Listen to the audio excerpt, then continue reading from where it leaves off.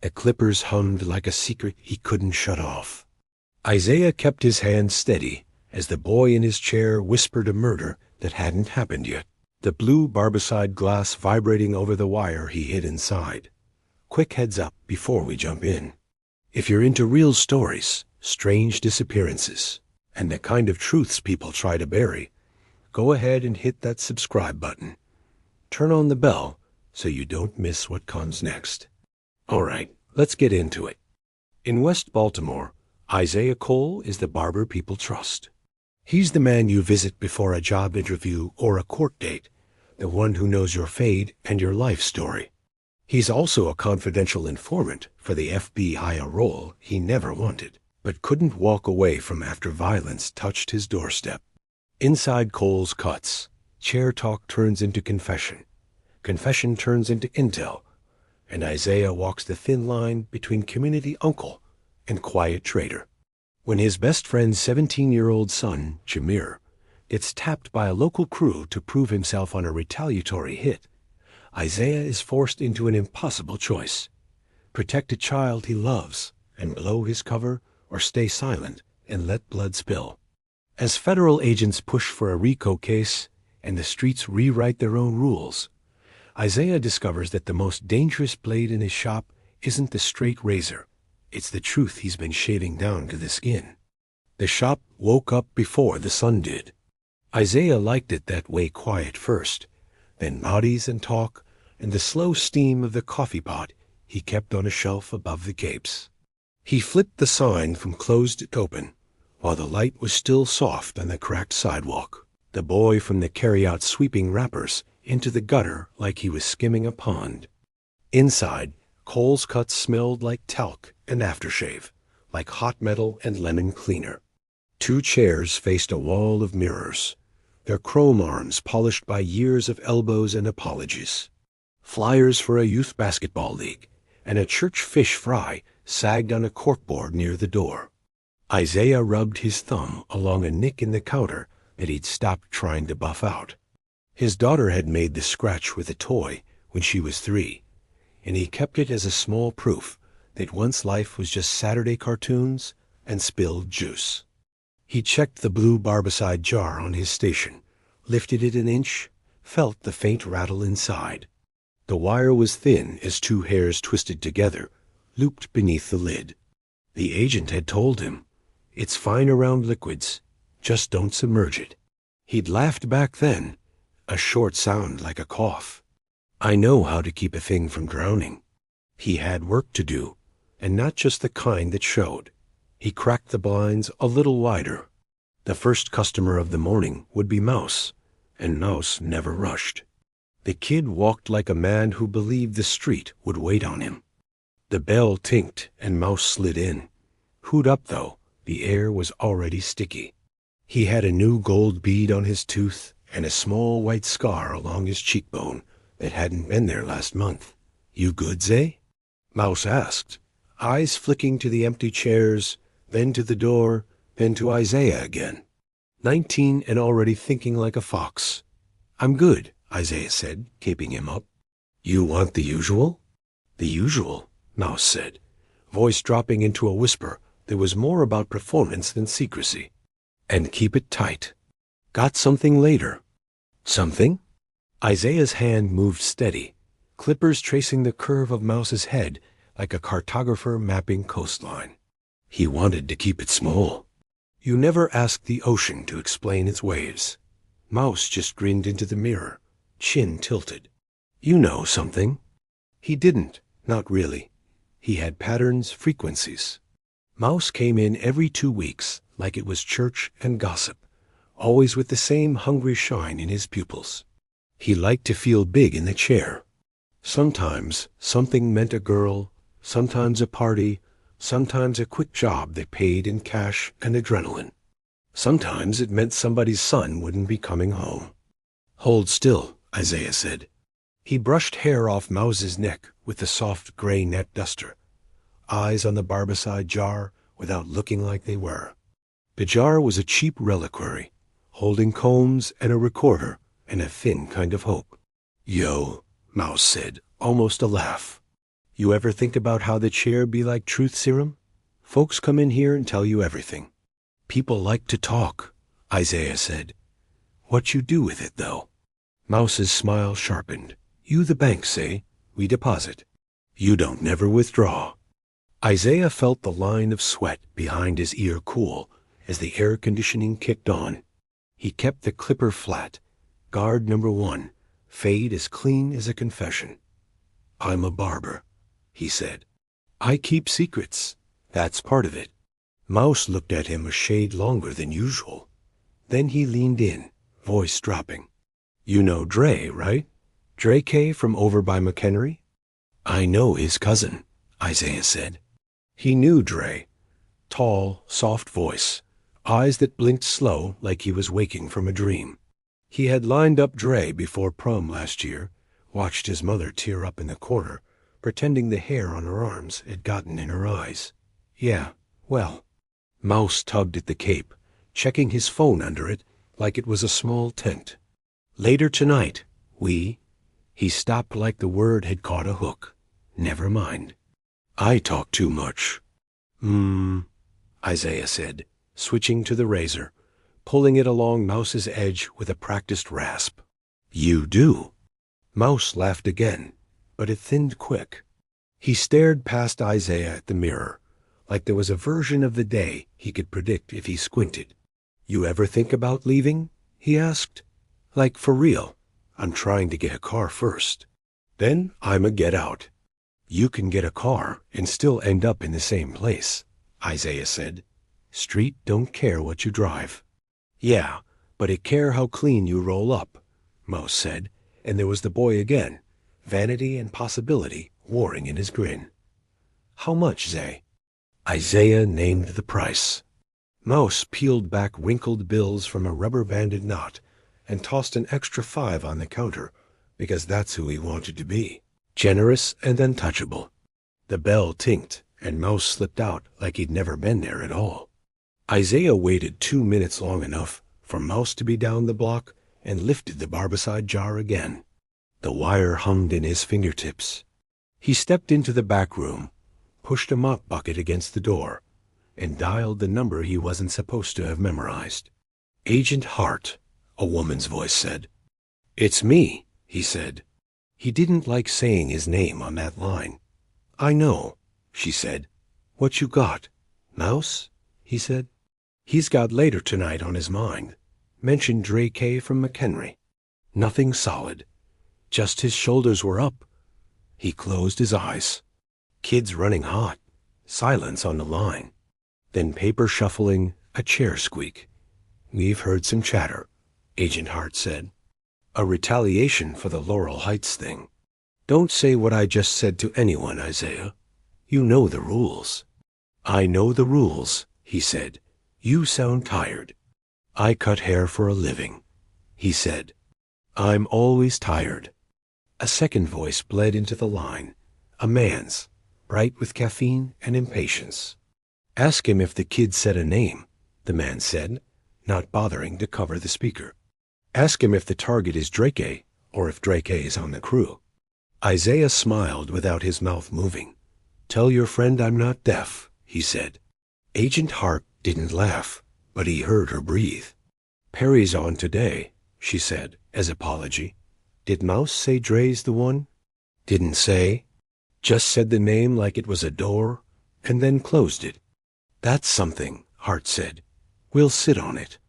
If you hear specifics time, place, I want you to call, if you can get it. I'll try, he said. You sending the usual? A beat. You mean the stipend? It hit Monday. I meant prayers, he said, and she let out a small sound. It might have been a laugh or a sigh. Call if you get anything, she said. Be safe. He set the phone down on a stack of rolled towels and pressed both hands to the counter until the tremble eased up in his fingers. Then he took the barbicide jar back to its place and told himself today would be normal. Lineups, fades, a little boy's first cut with a photo and hair taped in a sandwich bag. He told himself the street wasn't a person and couldn't ask him for anything he hadn't already given. Look at you, man, Tino said. First cut and not a single tear? I ain't cried since I was 4, the boy said, voice wobbling in protest. Hung, Isaiah said, handing him a lollipop from the jar near the register. You doing big things. The door opened again, and the room bent toward it. Marcus Reed walked in, like somebody had left the door unlocked, and he was checking if everything was still there. Marcus had a bricklayer's hands, and a teacher's patience, and a scar that ran from his eyebrow into his hairline, the ghost of a teenage mistake. He and Isaiah had grown up 2 row houses apart, and never let the distance widen. Aye, my man, Marcus said, and they hugged over the counter like they'd been separated by water. You got time? For you? Always? Isaiah said. You want the usual? Yeah, Marcus said. He sat, and his shoulders kept the soap capes from falling all the way down. How's your little one? She ain't little, Isaiah said, smiling because thinking about Zora was like stepping into a field with sunlight tall enough to brush your face. She's 12 now, taller than my patience. I heard that, Marcus said. He watched his reflection in the mirror like it owed him a story. You seen Jay today? Isaiah's hand slowed. He didn't look at Marcus in the mirror because he didn't want to put his worry in the wrong place. Not yet, he said. He was supposed to come through for a taper yesterday and didn't. Everything good? Marcus laughed, but it had edges. He's 17, Zay. Everything's never good. He been different. Phone close to his body, like it's part of his lungs. He left out last night with that boy Mouse. You know Mouse? I know Mouse, Isaiah said. That one.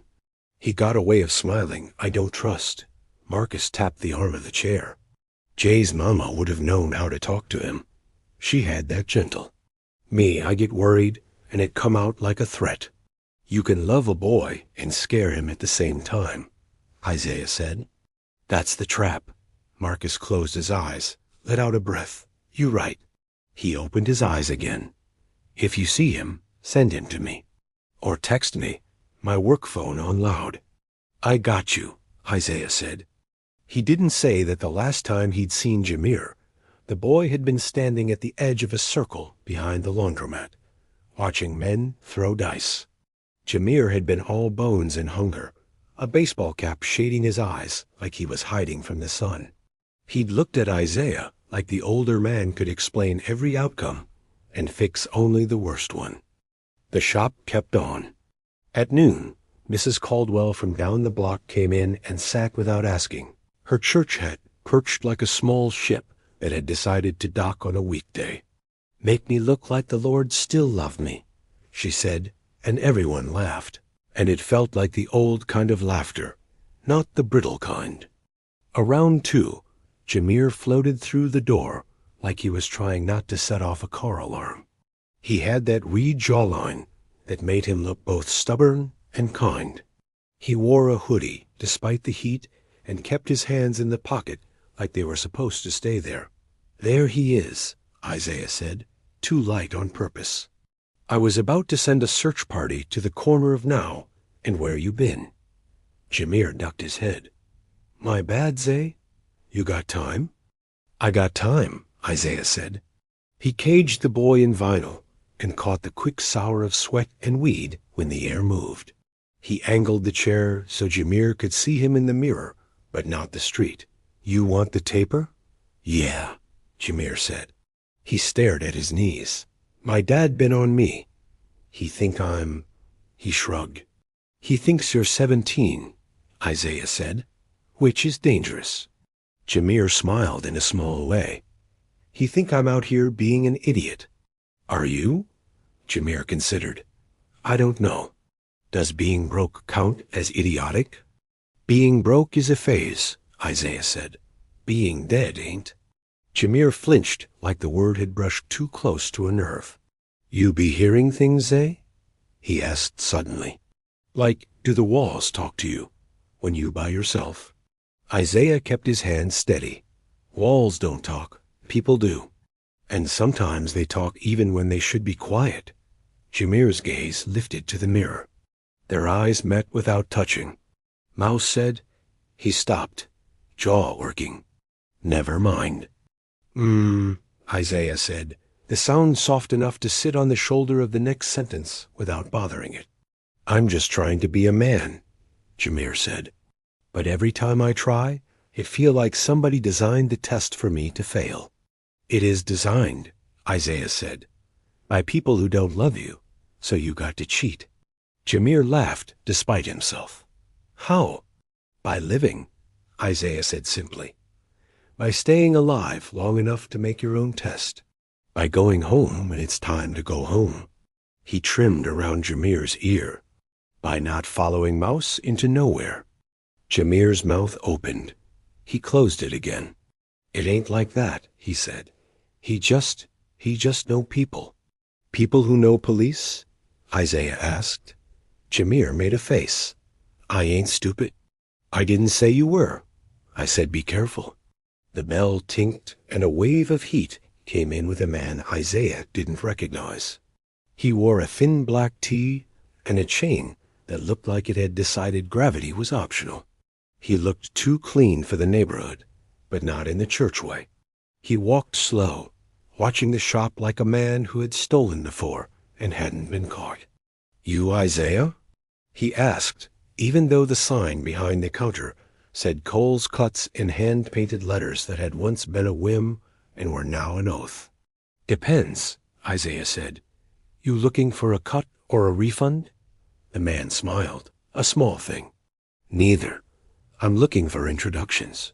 "Book's full," Isaiah said. "Nothing's full," the man said, eyes sliding to Jameer in the chair. Then back. "You know Drake?" "I know people," Isaiah said. "Good," the man said. He leaned on the counter without permission. "Then you tell Drake he need to keep his head low tonight, or he ain't gonna have one." The chatter in the shop slowed like someone had put a hand to it. Tino looked up from the boy in his chair, clippers off before he knew he'd turned them off. Mrs. Caldwell's hat seemed to grow 2 inches. "Who are you?" Isaiah asked, not moving, not giving the man his neck. He felt the wire under his jaw, alive like a thing that breathed. "Friend of friends," the man said. "Name's Bishop." "Bishop of what church?" Mrs. Caldwell said, voice sharp as her hat brim. "'Cause the Lord don't recognize every title." Bishop smiled wider, like the room amused him. "Tell Drake," he said again, and left, taking a bit of the air with him. Jameer's jaw was tight enough to snap. "You see?" he whispered when the door shut. "Tell me this ain't a setup." "Finish your cut," Isaiah said, gentler than before. "Then go home. And if Mouse hits you, turn your phone off and go to your father." "He ain't gonna understand," Jameer said. "Then make him," Isaiah said. "That's your job. That's your first job." After Jameer left with his eyes on the sidewalk like it might give, with his hands empty in a way that looked like a lie, Isaiah sent a text to the number he only used with gloves on. It said, "Bishop, tonight." He wiped his phone with a towel he'd never use on a person and stared at the window until he could see his own reflection and not the next thing. When the day finally loosened its grip and the last head had been brushed and paid for, Isaiah pulled the gate down halfway and sat on the faded leather couch in the back room. He poured whiskey into a paper cup and didn't drink it. The hum of the refrigerator and the distant wail of a siren met in the air like 2 long-lost cousins. He thought about the first day he'd agreed to this Asian heart, in a car that smelled like fast food in doubt, the way she'd pushed the file across the seat toward him. "We can't help you retroactively," she had said, "but we can help other people going forward." He'd looked at the file and seen the ghost of his brother's face in every black rectangle. Moloch, who had been 2 years younger and tasted like Kool-Aid when they were kids and like blood when they weren't. Moloch, who had died on a sidewalk in front of a shoe store because the street believed in tithes more than the church did. He'd told Hart yes because grief is hungry, because rage likes to pretend it's justice, because he wanted the world to understand, that the barbershop was a place where men were saved, and sometimes redemption looked like a cable under a jar. His phone buzzed. Agent Hart. Who is Bishop? Isaiah typed one word. New. A minute later. Location? He wrote, shop. Then, he left. He put the phone down and finally drank the whiskey. It warmed him in a way that felt both generous and false. At home, the walls did talk sometimes. Zora's laughter echoed down the hallway like coins in a glass jar, a sound you saved for. She sat cross-legged on the couch, hair in a bonnet that made her look like a small queen surrounded by TV light. "Daddy," she said without looking up from the show, "you promised we'd finish the puzzle tonight." "I know," he said, loosening his shoes at the door like he was still in church. "I got caught up." "You always get caught up," she said, but she scooted over and let him sit, and she leaned on him in a way that told him she'd forgiven him in advance for everything. They worked on the puzzle of a city skyline until the buildings almost matched the picture on the box. Zora yawned and drifted down the hall, and he stood in the doorway of her room and watched her sleep, the way her mouth curled when she dreamed, the way the nightlight painted stars on the ceiling like hope was mechanical. His phone vibrated in his back pocket. A number he didn't know, probably because it wasn't supposed to be known twice. "Hello," he said low. "Zay," a voice said. "Mouse. You still up?" "I'm a barber," Isaiah said. "We up until the world goes quiet." Mouse laughed in a way that made Isaiah's scalp itch. "We on for later," Mouse said. "Drake, Laurel Heights, around midnight. They said you could roll through if you want to see big things." "I'll pass," Isaiah said. "I'm old." "You ain't old," Mouse said. "You just careful. Anyway, you ain't hear it from me." The line clicked dead. Isaiah looked at the hall where Zora slept. He thought of Marcus and the white chalk line of the scar on his face. He thought of Jameer's hands in his pockets like they were trying to hide a tremor. He called Agent Hart. "We got it," she said. "We heard similar. We're deciding whether to show a presence or sit back." "Sit back?" he said. "What does that mean, Lina?" There it was, the first name. It slipped out when the night got too deep. "It means we think tonight's a dry run," she said. "Or a show of force with no actual shots. But we also think if we show, we spook them into moving the real thing to a different block where we won't be welcome." "You were never welcome," he said. "This is the West Side."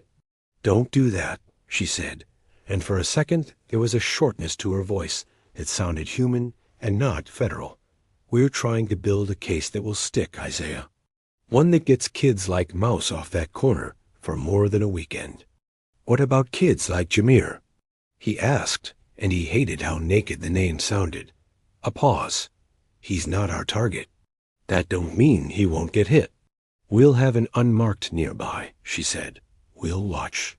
If it looks like it's not a show, we'll roll heavy. And if it is a show, we let the actors act," she said. He hung up without saying good night. He stood in his kitchen and stared at the refrigerator door until the magnets started to look like a map. He wanted to call Marcus, to tell him to lock his son in the bathroom and swallow the key. He wanted to drive to Laurel Heights and throw his body across the street like it could stop cars. He wanted to believe in a God who took requests. Instead, he wrote a text to Marcus that said, "You up?" Marcus replied fast, "Always." "Keep Jay in. Just tonight," Isaiah wrote, and his hands shook as he typed it, not because of the words, but because of the lie inside them. Keeping a boy inside didn't save a city once it wanted something. WHY? Marcus wrote. "Just trust him." Isaiah wrote. "Please, silence." Then, okay. At 11:30, he locked the front door and put his keys in the dish with a sound that felt too loud. He told himself he was just going to drive by the shop to make sure he had pulled the gate down all the way. He told himself he would not go near Laurel Heights. He told himself he meant it. He drove near Laurel Heights. The night held the block like a lenient parent. Out front, men leaned against cars and made the kind of jokes that had a charge flipped on underneath. The laundromat glowed like a small ship at sea. Someone had brought a speaker, and a beat rolled out that made the sidewalk remember it had a pulse. Isaiah parked 2 streets over and walked in that quiet in-between way he had learned as a boy when he used to sneak out to meet girls or trouble. He kept his hat pulled low and his face without expression. He stood at the corner like an old lamppost and watched. Mouse hopped in place like he was pre-gaming a sprint. Jameer was there after all, hoodie up, hands in pockets, the brim of his cap low. Isaiah felt something in his ribcage try to claw its way out. Bishop stood near a black SUV that swallowed light. He looked at his watch like he could stop time if it acted out. He stepped toward the boys, said something Isaiah couldn't hear, then made a circle with his finger. A loose huddle formed. Dre K slid into it last, his face blank like it had been folded into itself and stored for later. Isaiah took out his phone and texted Hart. "Deep, Jay here." She wrote back, "We see." He scanned the street until he found the unmarked. A beige sedan that thought it was invisible because it wore beige. He moved so that he'd catch the car in his peripheral vision while not getting caught by it. The huddle broke. Mouse dapped a boy Isaiah didn't know. The boy handed him something small in a plastic bag. Mouse slid it into his sock without looking. Dre K rolled his shoulders like he was trying to loosen out of a shirt that was too tight. Jameer's hands stayed where they were, deep in hoodie, like he was trying to keep them from doing anything on their own. Then the thing that happens always faster than you expect happened. A car pulled up, slow, music low. Bishop snapped his fingers. Mouse moved. Jameer didn't. Dre K did, suddenly flanking instead of following. A boy who hadn't been in the huddle came out of nowhere with a bat. It was a show. Isaiah saw it as it unfolded, like watching a play you already knew. They were making sound and fury, and not a single shot. The bat hit the side of the slow car in a starburst of glass. The driver shouted and reversed too fast. The speaker fell and thumped the concrete like a body. Someone yelled, "Run!" And everyone did, laughing and electric. Then a shot cracked the night open like an egg. Isaiah couldn't tell where it came from.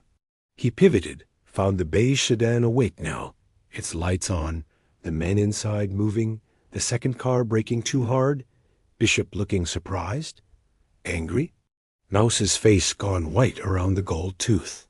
Dre K stumbled and grabbed his leg.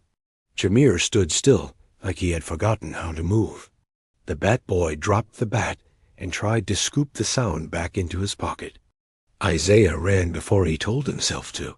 He ran stupid, like he was a kid again, and the wind in his ears was a prayer said too fast.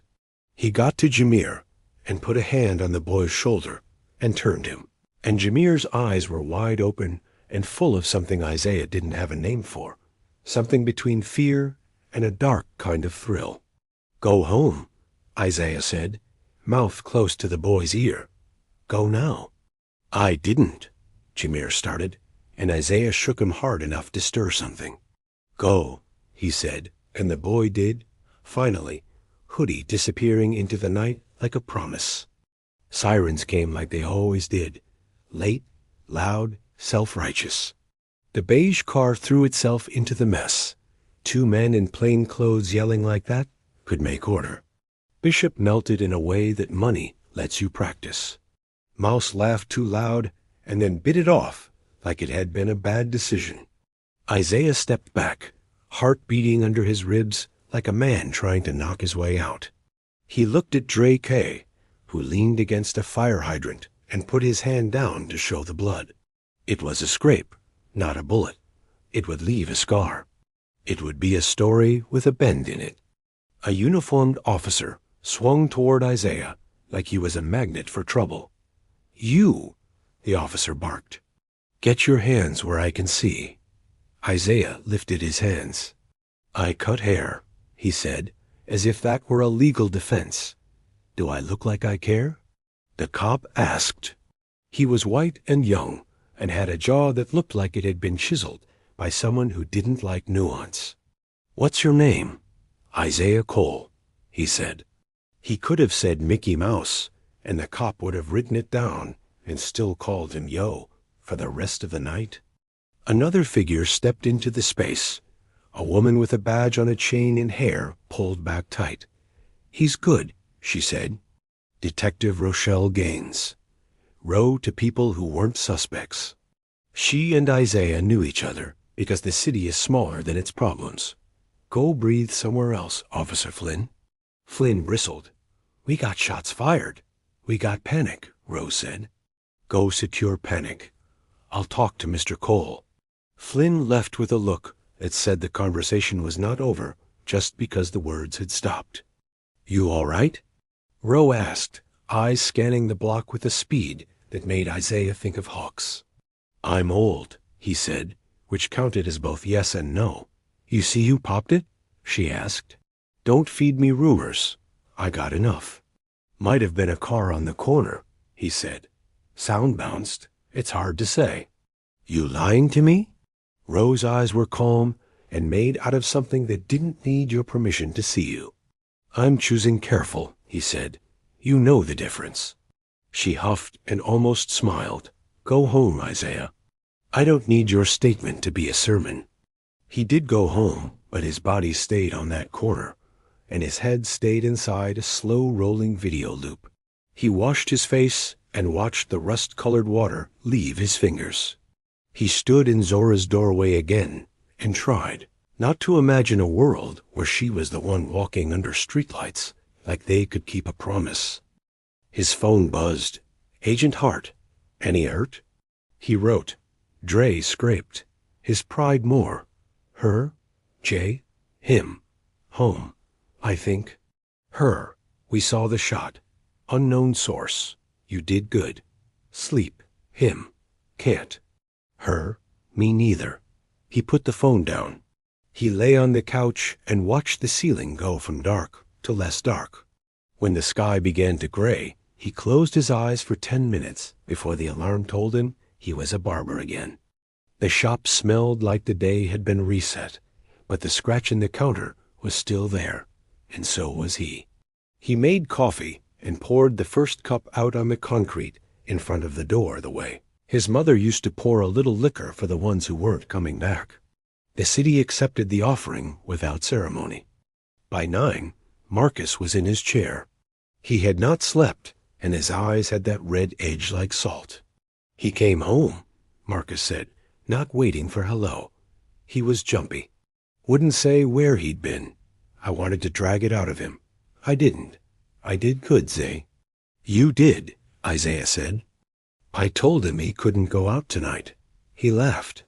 Not like at me, like the word tonight was funny. Marcus rubbed a hand over his mouth.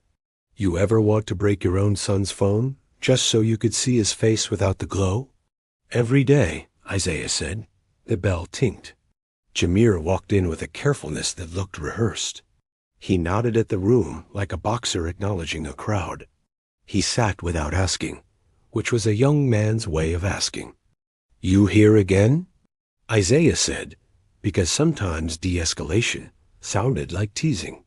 "I wanted it sharper," Jameer said, fingers fiddling with the drawstring of his hoodie like it was an escape rope. He met his father's eyes in the mirror and held them. "I'm good," he said to Marcus, voice even. "You're alive," Marcus said. "That's my bar." Silence stretched, thin as floss. Isaiah caught Jameer's gaze in the mirror and tipped his chin toward the back. "Help me carry something," he said, and Jameer followed, grateful for the small exit. In the back room, Isaiah shut the door and leaned against it lightly. He didn't want to trap the boy, just keep the rest of the world from coming in. "You were there," he said. Not a question. Jameer nodded. "I ain't do nothing." "Sometimes being somewhere is doing something," Isaiah said. "Sometimes it's enough to make you a target." Jameer's mouth opened like he wanted to argue, then closed. He dug in his hoodie pocket and pulled out a small thing wrapped in napkin. He held it like it had grown hot in his palm. "I found this," he said. "Last night, after." Isaiah took the napkin, unwrapped it slow. Inside was a tiny metal button, black, with a spiderweb crack across the surface. It looked like something that had fallen off a camera or a microphone. It looked like something that collected secrets. "Where?" Isaiah asked, and the word came out too quiet. "By the laundromat," Jameer said, "near where Bishop was standing. I ain't know what it was. It looked like... I don't know, I thought. I shouldn't have picked it up." Isaiah wrapped it back up like it was a sin and not a piece of plastic. His mind did the fast math and came up with numbers that made his stomach sour. The FBI was watching more than he thought, or the crew was, or both. If that was a mic, whose? If it was a camera eye, who was blind now? "You didn't show this to nobody?" he asked. "No," Jameer said. "I was going to throw it away, but I kept hearing it in my head, like the click. I ain't turn it on. I didn't even know how." Isaiah put the napkin in his pocket. "Good?" he said. "Forget about it." Jameer nodded, but his eyes said he couldn't. He looked like a boy trying to sleep with the light on. The door opened. Marcus stood there, filling the frame with worry. He saw the exchange and the shape of it, even if he didn't see what had been passed. "What's that?" he asked. "Nothing," Isaiah said easily, because sometimes a lie was a bandage. "Candy from the front." Marcus's gaze moved to his son. "You okay?" "I'm good," Jameer said, too fast, which had been every young man's lie since they invented trouble. Marcus swallowed. "Then go to school," he said, a gentleness in his tone like he was laying down a weapon. "Not tomorrow. Today." "Today," Jameer repeated, and for a second the boy he had been at 9 peeked out from behind the man he was learning to be. They moved back to the front as the bell tinked and a woman stepped in, her suit the color of money, old enough to believe in itself. Agent Hart did not come to the shop. It was a rule, which meant something had changed that rules couldn't hold. She took off her sunglasses, and every conversation in the room bent around her like heat. "Mr. Cole," she said. "We don't do appointments like that," Isaiah said lightly. "You can call. Or bring a number." She smiled a small, real smile. "May I have a minute?" "Back," he said. In the back room, she closed the door and didn't lean against it. She stood like a person who had learned how to stand a long time ago. "I'm sorry to come here," she said. "We had to move fast." "They sent you in daylight," Isaiah said. "That fast? The shot wasn't us," she said. "We thought it was a firecracker at first." "It wasn't. Someone wanted to turn a show into a story." "Who?" "We don't know," she said. "That's why I'm here." Isaiah took the napkin out of his pocket and placed it on the table between them like he was setting down a small, strange bird. "You lose something?" She unwrapped it, eyes narrowing. "Where did you—" "Jameer found it," he said, "by the laundromat near Bishop." She looked at it like a dentist looks at a tooth, bored and furious. "Not ours," she said, voice turning from apology to work in a breath. "Too cheap. Gang tech. Or some local cowboy." "Bishop? Could be," she said, "or someone watching him. Either way, I need it. Do you?" Isaiah asked, putting his hand on the napkin. "Or do you need what it saw?" Her eyes lifted and found his. "Don't do that," she said, not unkind. "Don't make me the enemy because I'm the one standing here. Who shot?" Isaiah asked. "We don't know yet." "Who benefits?" he asked. "From a shot in a show?" "The person who wants the show to look real," she said, "so they can claim credit." He thought about Bishop's smile. He thought about Officer Flynn's jaw. He thought about a camera broken and a boy with a hoodie. "I want Jameer out of this," he said. "That's your job." "My job," she said, "is to build a case." "Then build it around him," Isaiah said. "Not through him." she sighed. I can't promise that. Then I can't promise you, he said, and the words tasted like a door closing. They stared at each other in the hum of the back room, the refrigerator still talking its small talk, the city outside practicing being loud. Finally, she nodded at the napkin. May I? She asked. Isaiah lifted his hand. She took the wrapped-up broken eye and slid it into the inner pocket of her suit like it was a dog tag. We'll be in touch, she said. You already are, he said, and he looked at the barbicide jar like it had just confessed to something. After she left, the day got weird. A man Isaiah didn't know sat for a cut and asked too many questions about prices and hours. A boy who had once stolen a comb from the counter brought it back wrapped in tissue paper and placed it on the ledge with reverence.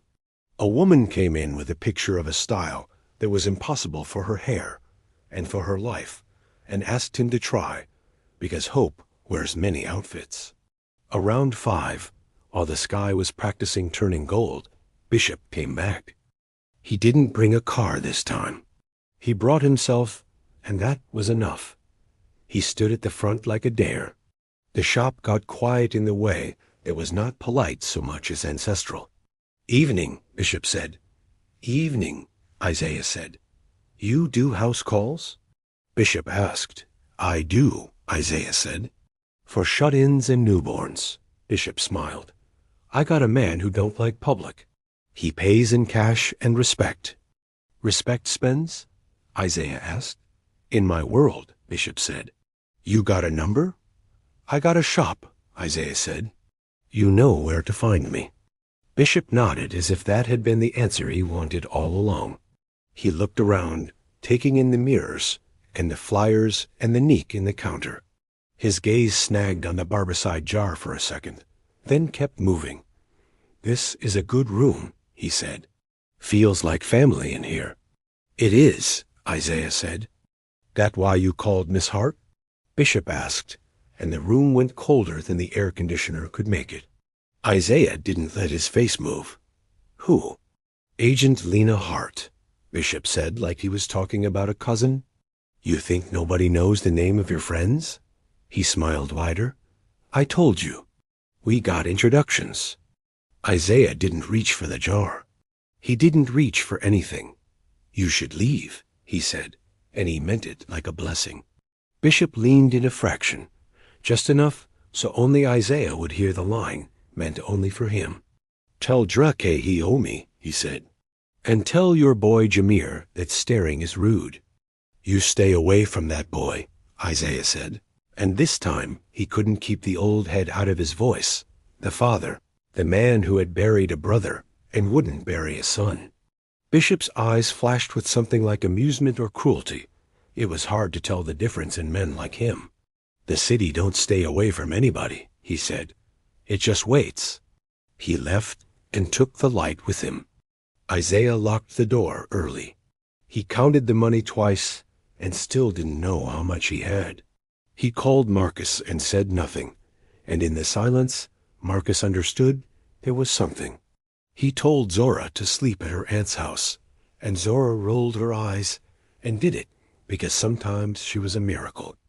At midnight, Isaiah stood in the back room with the straight razor open in his palm, and the world held together by 3 bad decisions and a wire. He had a thought he'd been pushing away for weeks.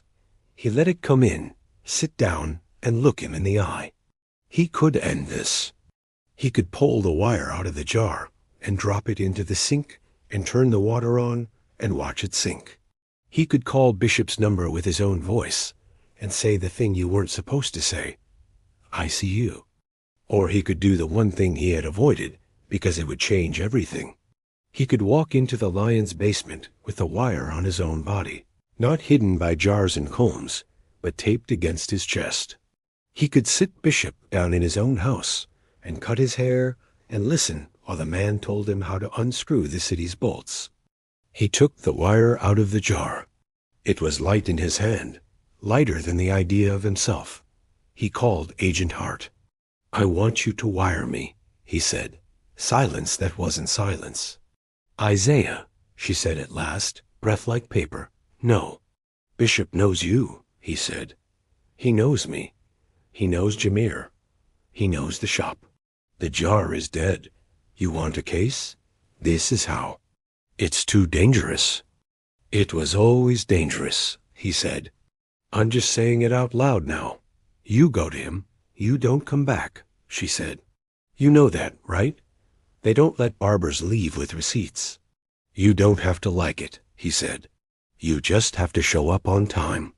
She said his name again, and it sounded like prayer and profanity both. "When?" "Tomorrow," he said. "After hours." "You're giving me less than a day to plan." "I'm giving you the only time I have," he said.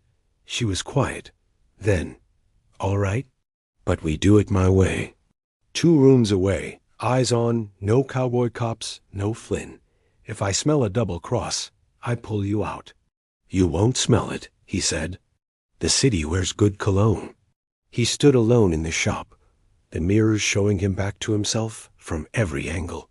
He thought of Mouse's bravado, of Dre K's scraped leg, of Jameer's shake you weren't supposed to see.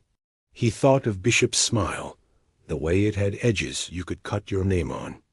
He thought of Zora's nightlight stars, and his brother's blood, and his mother's hands where she braided his hair as a boy. He closed the razor and put it down. He turned out the lights. He left the gate half down.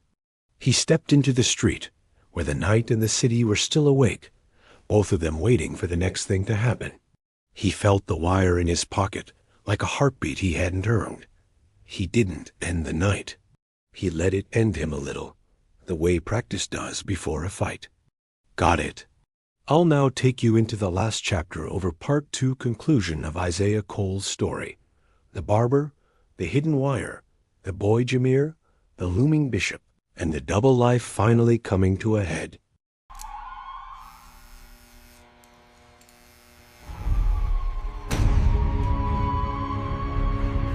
The shop was silent, except for the sound of his own breathing. Isaiah Cole had never hated silence before. He used to welcome it, early mornings before the first cut, the kind of stillness that smelled of talc and lemon cleaner. Now it pressed against him like a hand on his chest. He stood in the back room, wire taped tight against his skin, the transmitter box burning cold at his ribs. The FBI tech had pressed it into place without looking him in the eye.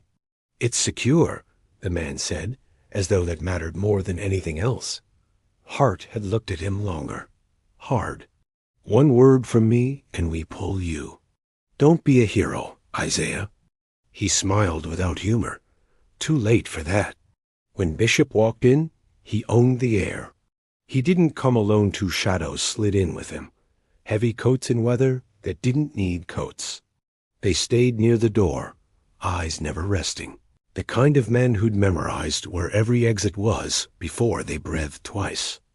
"Evening," Bishop said, voice smooth as liquor. "I told you this was a good room. Didn't believe me?" Isaiah draped the cape over Bishop's shoulders, hands steady. "Chair don't lie. Everyone looked the same when the blade's this close." Bishop chuckled. That's the truth. The wire at Isaiah's ribs pulsed. Somewhere, Hart was listening. Somewhere, agents were holding their breath. "You know why I'm here?" Bishop asked. "You want a cut," Isaiah said. "I want more than that." Bishop leaned in the mirror, eyes catching Isaiah's. "I want to know who you pray to when the city gets hungry." Isaiah angled the clippers, the hum filling the pause. "I pray to time," he said, "that it runs out on the wrong people before it runs out on me." Bishop smiled wide. "You sound like a man with experience." "I sound like a barber," Isaiah said. The conversation twisted. Bishop spoke names: Drake, Mouse, blocks, shipments, codes tucked inside normal words.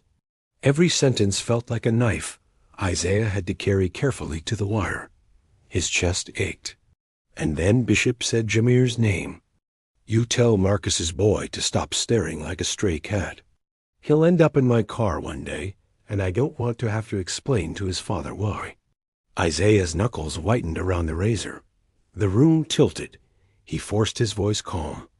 He's just a kid. No such thing, Bishop said. In Baltimore, childhood ends the first time you hear a siren and keep eating your dinner. Isaiah set the blade down slow. His hands were shaking now, not from fear, but from fury. He wanted to reach for Bishop's throat, wanted to end it here, tonight, in the shop where he raised boys with fades and advice. But then he felt the wire. He heard Hart's voice in his head. Don't be a hero. The door banged open before he could decide. Sirens flared outside, red and blue bleeding through the blinds. Agents rushed in, shouting, guns drawn. The two shadows by the door pulled steel, but it was too late. Hart's team swallowed the room like a tide. Hands up! Bishop stayed seated, calm as a saint. He lifted his hands, palms open, the cape still draped over him like vestments. Barber, he said softly, you should have prayed to something else. They cuffed him, read rights, dragged his men out. The whole thing lasted 2 minutes. 2 minutes that felt like a lifetime Isaiah had burned down. Outside, neighbors had gathered, faces wide in the wash of police lights. Jameer was there, hood down, eyes locked on Isaiah. He looked betrayed, confused, maybe both. Zay, he said, voice low. You? Isaiah wanted to tell him no, wanted to explain. But what words could undo the sight of Bishop in cuffs, agents spilling from a barbershop, wires and lies and choices laid bare? He stepped closer. I did it for you, Isaiah said. For your father. For this block. Later, Hart found Isaiah sitting on the curb, the clippers still in his lap. You saved him, she said. Isaiah looked at her, eyes tired. Did I? He looked at me like I stole something from him. You stole his future back, she said. He just doesn't know it yet. He rubbed his thumb over the nick in the clipper handle. And who steals mine back? Hart didn't answer. She didn't have to. That night, the shop was quiet again, too quiet. Isaiah swept hair that wasn't there. He ran his hand over the counter, over the scratch Zora had made when she was 3. He poured a little whiskey into a paper cup and set it on the floor like an offering. The city outside breathed heavy, restless. Bishop was gone, but another man would rise. They always did. Isaiah touched the barbicide jar, now empty. No wire. Just combs floating in blue water, like things preserved but not alive. He locked the gate, turned the key, and walked home slow, his shadow stretching long under the streetlights. Tomorrow he'd cut hair again. Tomorrow he'd smile at boys who didn't know their futures were being gambled on their behalf. Tomorrow the silence would return, and he'd learn to live with it, because that's what barbers do. They keep secrets, even their own. What you just heard wasn't the full story. It was the part someone tried to bury, the part that didn't fit the headline, the part where a person, not a suspect, was lost in the process. This case showed us what happens when the system moves too fast, or not at all, when suspicion weighs more than truth, when justice shows up late, or never. But here's the thing. If these stories don't leave us asking questions, they'll keep repeating with different names. So if this one meant something to you, don't just move on. Talk about it, question it, pass it on, because silence protects the wrong side of history. And sometimes the only thing standing between truth and erasure is someone who chooses to care. Like, share, comment. Let the next chapter begin with awareness, not regret.